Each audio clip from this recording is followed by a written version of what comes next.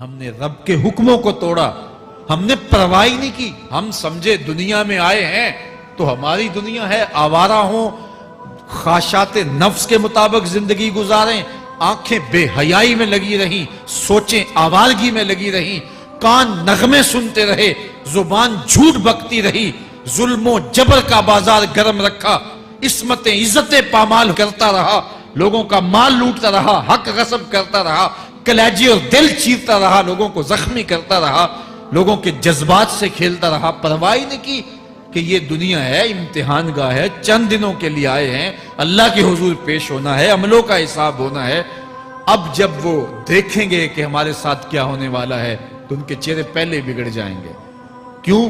وہ گمان کریں گے کہ ان کی ریڑھ کی ہڈی توڑ دی جائے گی، ایسے عذاب آئیں گے جس طرح کسی کی ریڑھ کی ہڈی ٹوٹ جائے تو اس کا چہرہ شگفتہ گلاب تو نہیں ہوتا، اس کا چہرہ جو ہے وہ تو کس قدر مرجھایا ہوا ہوتا ہے۔ تو اللہ ارشاد فرماتا ہے اس طرح ان کے چہرے ہوں گے۔ ابھی عذاب آیا نہیں ہے لیکن چہرے پہلے اترے ہوئے ہوں گے، اور جب عذاب کی بھٹی میں ڈالے جائیں گے، اللہ اکبر، اور وہ سخت عذاب، حضور نے جبریل امین سے پوچھا مجھے جہنم کے عذابوں کا ذکر سناؤ۔ عرض کی حضور سب سے ہلکے عذاب کی کہانی سناتا ہوں، اور وہ یہ کہ جہنمی کے پاؤں میں آگ کا جوتا رکھا جائے گا، باقی پورا بدن اس کا سلامت ہوگا۔ یہ سب سے ہلکے عذاب کی کیفیت ہے۔ اب پاؤں میں آگ کا جوتا ہوگا، حدت، گرمی، شدت اتنی ہوگی کہ دماغ پگھل کے ناک اور کانوں کے راستے سے باہر آ جائے گا۔ پاؤں میں رکھے ہوئے جوتے کی گرمی دماغ کو ایسے چڑھے گی کہ وہ پگھل جائے گا اور ناک اور کانوں کے راستے سے باہر آ جائے گا۔ تو اللہ کے عذاب کے خوف سے چہرے بگڑ جائیں گے، حالت سلامت نہیں رہے گی۔ یہ بات ذہن میں رکھیں کہ اللہ جس کو جہنم میں ڈالے گا اس کو اس صورت میں نہیں ڈالے گا، یہ محمدی صورت ہے، یہ شکل اس کی چھین لی جائے گی اور اس کی شکل بڑی کر دی جائے گی۔ اس کا ایک ایک دانت احد پہاڑ جتنا ہوگا۔ احد پہاڑ کا پھیلاؤ 15 کلومیٹر پہ ہے، 15 کلومیٹر کا ایک دانت، اور 32 دانت کتنے ہوں گے تو منہ کتنا بڑا ہوگا۔ اس کو اتنا بڑا اس لیے کیا جائے گا تاکہ وہ عذاب کی تکلیف زیادہ سہے۔ 70 گز موٹی کھال ہوگی، اور کھال جل جائے گی تو اللہ قرآن میں فرماتا ہے ہم نئی کھال دے دیں گے تاکہ عذاب کی تکلیف اس کو گوارا کرنی پڑے۔ پھر چیخے گا، چلائے گا، ہائے مجھے پانی دو، پانی دو، پیاس کی شدت ہے۔ 70 سال تک تو اس کی کوئی آواز ہی نہیں سنے گا۔ 70 سال کے بعد داروغہ جہنم چیخ کر کہے گا کیا مانگتا ہے؟ وہ بولے گا مجھے پانی چاہیے۔ کہا جائے گا تو بے بھی ملتا ہے پانی۔ پھر داروغہ جہنم اسے پانی دے گا، کوکا کولا کی بوتل دے گا یا پیپسی تھما دے گا یا منرل واٹر کی بوتل دے گا؟ نہیں، قرآن بتاتا ہے اسے مائے حمیم دیا جائے گا، کھولتا ہوا پانی، اور وہ اتنا گرم ہوگا جب پینے کے لیے چہرے کے قریب کرے گا اس سے اٹھتی ہوئی بھاپ کی وجہ سے چہرے کی کھال ادھڑ کے اس کے اندر گر پڑے گی، لیکن اس کے باوجود اس کو پینا پڑے گا۔ اللہ فرماتا ہے یہ دنیا ہی سب کچھ نہیں ہے، سمجھ لیا یہی سب کچھ ہے، آخرت کو بھول گئے، صبح اٹھے کام پہ چلے گئے، شام آئے آوارگی میں چلے گئے، صدائیں آتی رہی حی علی الصلاۃ حی علی الفلاح، کوئی پرواہ نہیں کی، نہ پیشانیوں نے سجدے کیے، نہ سوچوں میں پاکیزگی آئی، زندگی یوں گزار کے چلے گئے۔ ایسے نہیں، کہا ایک وہ ہوں گے جن کے چہرے شگفتہ گلاب ہوں گے، ایک وہ ہوں گے جن کے چہرے بگڑے ہوئے ہوں گے۔ اللہ اکبر، کلا اذا بلغت التراقی، یہ تو قیامت کا منظر ہے نا، قیامت سے قبل بھی ایک منظر ہے، اللہ اس منظر کو بھی بیان کر رہا ہے، کلا اذا بلغت التراقی، ہاں جب جان گلے کو پہنچ جائے گی۔ اے انسان تیرے اوپر وہ گھڑی بھی آنے والی ہے، وہ وقت بھی آنے والا ہے جب سانس اس ہنسلی میں اٹک جائے گا، جب سینے سے بھی سانس اوپر چلی گئی، اب ڈاکٹر بھی لا علاج قرار دے رہے ہیں کہ اب علاج نہیں رہا ہے، جان بس اب نکلنا چاہ رہی ہے، اور کہا جائے گا کوئی جھاڑ پھونک والا بلاؤ۔ اب ڈاکٹروں نے تو جواب دے دیا، اب سانس اٹک گئی گلے میں، چند لمحوں کی مہمان ہے، اب ڈاکٹروں نے کہا اب ہماری جانب سے لا علاج ہو گیا، اب لے جاؤ اس کو گھر، یا وینٹیلیٹر پہ ڈال دیتے ہیں اس کو، بس اب ہماری جانب سے کوئی اس کا علاج نہیں ہے. اب گھر والے روتے ہیں, کہتے ہیں کوئی جھاڑ پھونک والا لاؤ, کوئی دم والا لاؤ, شاید وہ کوئی دم کرے تو اس کی جان میں جان آ جائے. ڈاکٹروں نے تو لا علاج قرار دے دیا. وَظَنَّ عَنَّهُ الْفِرَاقِ. اللہ فرماتا ہے یہ تو جھاڑ پھونک والے کو ڈھونڈ رہے ہیں, لیکن جس کی سانس یہاں اٹکی ہے وہ سمجھ گیا ہے اب موت آ گئی ہے. اس کو یقین ہو گیا ہے کہ اب موت کے لمحے آ گئے ہیں, اب میں بچ نہیں پاؤں گا. اب آنکھیں تاڑے لگی ہوئی ہیں. وَالْتَفَّتِ السَّاقُ بِالسَّاقِ. پنڈلی پہ پنڈلی چڑھ رہی ہے. جب موت آ جاتی ہے تو پھر پنڈلی سے پنڈلی لپٹ جاتی ہے, اس کو پھر جدا کرتے ہیں اور جدا کر کے دونوں انگوٹھے باندھ دیتے ہیں تاکہ پنڈلی کے اوپر پنڈلی نہ چڑھے. اللہ وہ منظر بیان کرتا ہے, صاحب یہ وقت آنے والا ہے جب دونوں انگوٹھے باندھ دیے جائیں گے, جب ناک میں روئی ٹھونس دی جائے گی, جب چٹے لباس میں کفن دیا جائے گا, جب غسال کے سامنے بے بس پڑے ہوں گے, وہ چاہے یہ بازو اٹھائے چاہے یہ بازو اٹھائے, گرم پانی ڈالے یا سرد پانی ڈالے, جب بس پڑے ہوئے ہوں گے جو ہے وہ غسل دینے والوں کے, اور ناک میں روئی ہوگی اور دونوں انگوٹھے آپس میں بندھے ہوں گے. یہ محل, یہ ماڑی, یہ کوٹھیاں, یہ بنگلے جس کو سویر شام لگ کے حلال حرام کی تمیز کیے بغیر بنایا تھا, غوث اعظم رضی اللہ تعالیٰ عنہ بولے مکان بنا رہا ہے, بسیں گے اور حساب تو جا کے دے گا. اور یہ تو ایک رات بھی تجھے اس گھر کے اندر نہیں رکھیں گے کہ چلو ایک رات مہمان رکھ لیں. کہتے ہیں نہیں نہیں, مہمانوں نے بھی جانا ہے تو جلدی کرو, اس کو سپرد کراؤ. وہ تو تیرا لباس بھی پھاڑ کے اتاریں گے, خود غسل دینے کے لیے تیار بھی نہیں ہے. تجھ سے خوف آنے لگا ہے, جاندی واری ڈرونا بنے ہوتے, ہاتھ نہ لاندے ڈر دے, جنہ لئی تو پاپ کمائے اج کتھے نہیں تیرے کر دے. آج تو وہ تیرے ساتھ تجھے غسل دینے کے لیے آمادہ نہیں ہے. وَالْتَفَّتِ السَّاقُ بِالسَّاقِ. جب پنڈلی پہ پنڈلی چڑھنے لگ جائے گی, إِلَىٰ رَبِّكَ يَوْمَئِذٍ الْمَسَاقُ. اس دن تیرے رب کی طرف ہی لوٹ کے جانا ہے. فَلَا صَدَّقَ وَلَا صَلَّىٰ. اس نے نہ تو سچ مانا اور نہ نماز پڑھی. وَلَٰكِنْ كَذَّبَ وَتَوَلَّىٰ. ہاں جھٹلایا اور منہ پھیر کے چل پڑا. ثُمَّ ذَهَبَ إِلَىٰ أَهْلِهِ يَتَمَطَّىٰ. پھر اپنے گھر کو اکڑتا ہوا چلا. اولا لک فاولا ثم اولا لک فاولا. تیری خرابی آ پہنچی, ہاں تیری خرابی آ پہنچی. اَيَحْسَبُ الْإِنسَانُ أَن يُتْرَكَ سُدًى. انسان دنیا میں یہ گمان کرتا ہے اس کو سدا چھوڑ دیا جائے گا. سدا عربی میں ایسے اونٹ کو کہتے ہیں جس کی مہار کسی کے ہاتھ میں نہ ہو. شترے بے مہار, جہاں مرضی جس گھاٹ سے چاہے پانی پیے, جہاں سے مرضی چارہ لے, تو شترے بے مہار کو کہتے ہیں سدا. تو یہ انسان بھی گمان کرتا ہے کہ میں بھی سدا ہوں, مجھے کوئی کیوں پوچھے, میرے جذبات پہ کوئی کیوں قدغن لگائے, مجھے کیوں روکے کوئی.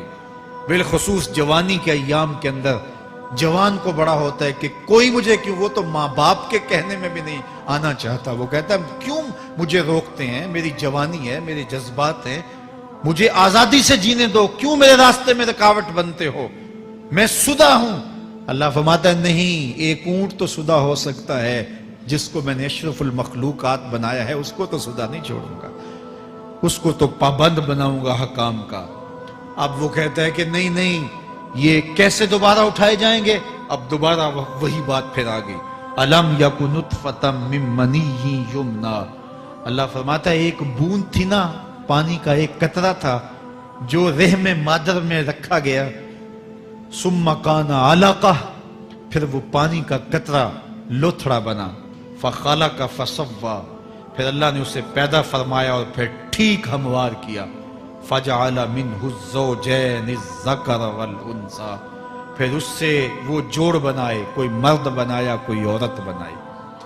کہا اب غور کر, اب تیری آنکھیں دیکھتی ہیں, بجلیاں چمکتی ہیں, تیری زبان کا طوطی بولتا ہے, لوگ اشش کرتے ہیں تیری گفتگو پہ, تیری گفتار پہ صدقے جاتے ہیں, تیرے لہجے کے جمال کو دیکھتے ہیں, تیرے سینے کا زور, تیرے پنجوں کی طاقت, تیری دماغ کی تیزیاں اور تیری سوچوں کے اجالے, تیری زوردار ٹانگیں, تیرے کڑیل بازو اور تیری چوڑی چھاتی, اور تیرے گلاب کی پتیوں جیسے ہونٹ، اے انسان یہ سب کچھ کہاں تراشا گیا؟ ماں کے رحم میں، اس تاریکی میں جو 3 پردوں میں تھی، تیرا سر تیرے گھٹنوں میں تھا، اور تیرے رب نے وہاں تیرے اندر نسوانیت یا رجولیت کی صلاحیتیں پیدا کی، تیری آنکھوں میں چمک پیدا کی، تیرے کانوں میں نغمے بکھیرے، تیری زبان کے پٹھوں پہ قوت ذائقہ رکھی،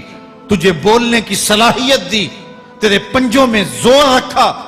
آج تو مفتی شہر ہے، آج تو علامۃ الدہر ہے، آج تو قاضی القضات ہے، آج تو منسٹر ہے، آج تو وزیر اعظم ہے، آج تو پہلوان ہے، آج تو شہزادہ ہے، آج تو بادشاہ ہے، آج تو زوراور ہے، آج تیری طاقت کے کیا کہنے؟ آج شیروں کو تو نچا لیتا ہے، ہاتھیوں کو تو بٹھا لیتا ہے، آج تو بڑا زوراور گھڑ سوار ہے، آج تیری طاقت کے کیا کہنے؟ تو کشتی کرتا ہے، زمانہ دیکھنے آتا ہے، آج تیری طاقت کے شوہرے ہیں، تیری عظمت کے تنتنے ہیں، لیکن انسان تو ایک ناپاک قطرہ تھا اور رحم مادر میں تھا۔ تیرے اندر یہ رنگ کس نے بھرے؟ تیرے کانوں میں نغمے کس نے رکھے؟ تجھے دماغ کی قوتیں کس نے دی؟ زبان کو بولنا کس نے سکھایا؟ آنکھوں میں توانائیاں کس نے رکھی؟ تیری زبان کا طوطی بولتا ہے، یہ سلیقے کس نے دیے؟ پھر اللہ فرمایا، کتنا زوردار بیان ہے، الیس ذالک بقادر علی ان یحیی الموتى، جو ماں کے پیٹ میں ایک نطفے کو ایک خوبصورت انسان بنا سکتا ہے، ہڈیوں کو جوڑ کے دوبارہ انسان نہیں بنا سکتا؟ کیا وہ دوبارہ تجھے کھڑا نہیں کر سکتا اپنے سامنے پیش ہونے کے لیے، جس کے حکموں کو تو نے توڑا ہے، جس کے فرامین کا تو نے مذاق اڑایا ہے؟ کیا وہ اتنا ہی بے بس ہے کہ اپنے حضور تجھے جو ہے وہ کھڑا ہی نہیں کر سکتا ہے؟ جس رب نے تجھے ماں کے شکم میں شکل دی، حضرت شیخ فرید الدین عطار بولتے ہیں، سانے کستی سلاتی می شود، ایسا کاریگر ہے مٹی سے بادشاہ بنا ڈالتا ہے۔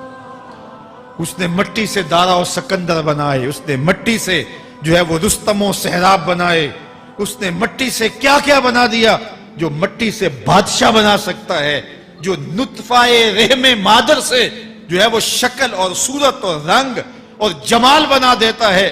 تیری صورت نکھرتی ہے، تیرے ہونٹ گلابی ہیں اور تیری نرگسی آنکھیں ہیں، تیرے ریشمی بال ہیں اور تیری خوبصورت رنگت ہے، تو چال چلتا ہے تو لگتا ہے قیامت چل رہی ہے، تیرا قد رانا جو ہے وہ صنوبر کو شرماتا ہے، تیری گفتار کے تنتنے ہیں۔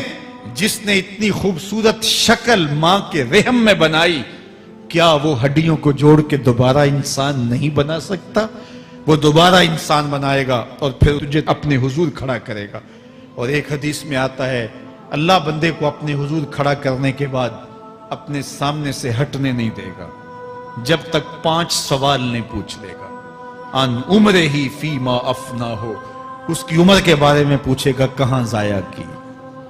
میں نے تجھے زندگی دی، 60 سال 70 سال 40 سال 50 سال، اس زندگی کو کہاں گزار کے آیا ہے؟ ان شباب ہی فیما ابلا ہو، اس کی جوانی کے بارے میں پوچھا جائے گا، جوانی کہاں گزار کے آیا ہے؟ مجنوں تو نہیں بنا رہا، خواہشات کا اسیر تو نہیں ہو گیا، دیوانوں کی طرح زندگی تو نہیں گزار کے آ گیا؟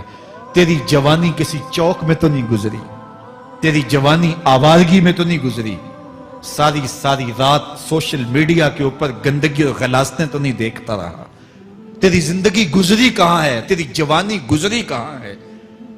اگر کوئی جواب نہ ہوا تو پھر کیا جواب دے گا؟ اور وہ کتنا خوش نصیب ہوگا جو کہے گا، مالک میری جوانی سجدوں میں گزری، میری جوانی قیام میں گزری، میری جوانی رکوع میں گزری۔ میرے حضور فرماتے ہیں، سبعۃ یظلھم اللہ فی ظلہ یوم لا ظل الا ظلہ، 7 اشخاص ایسے ہیں قیامت کے دن جب کوئی سایہ نہیں ہوگا، اللہ ان 7 کو اپنے عرش کا سایہ دے گا۔ ان میں سے دوسرا شخص میرے حضور نے بیان فرمایا، وشاب نشأ فی عبادت اللہ، وہ جوان جس کی جوانی اللہ کی عبادت میں گزری۔ جوانوں، اپنی زندگی کو مالک کی دہلیز پہ لے آؤ۔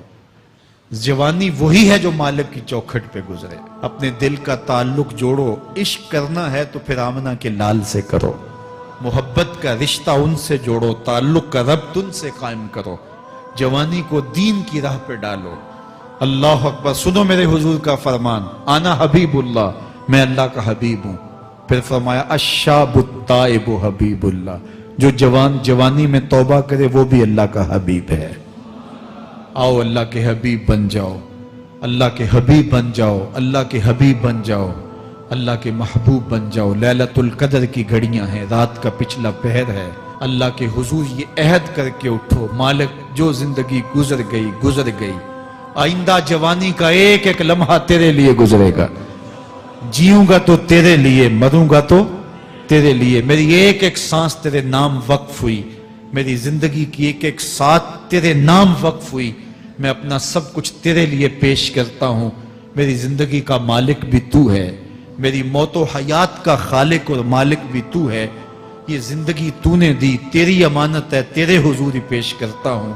اور لیلۃ القدر کی گھڑیوں میں اس عزم کے ساتھ گھروں کو لوٹو کہ اللہ میری زندگی کا ایک ایک لمحہ تیرے نام ہوا، آنے والے موسم تیرے نام ہوئے، میری جوانی تیرے نام ہوئی، میرے آنسو تیرے نام ہوئے، میری پیشانی تیرے نام ہوئی، میرے دل کی دھڑکن تیرے نام ہوئی، میری صلاحیتیں تیرے نام ہوئی، میری زبان بولے گی تو تیری تسبیح بولے گی، تیرے ذکر کے ترانے پڑے گی، میرے کان سنیں گے تو قرآن کے نغمے سنیں گے، میری آنکھیں دیکھیں گی تو مالک تیری قدرت کی نشانیاں دیکھیں گی، تیرے رسول کا روضہ دیکھیں گی، تیرا کعبہ دیکھیں گی۔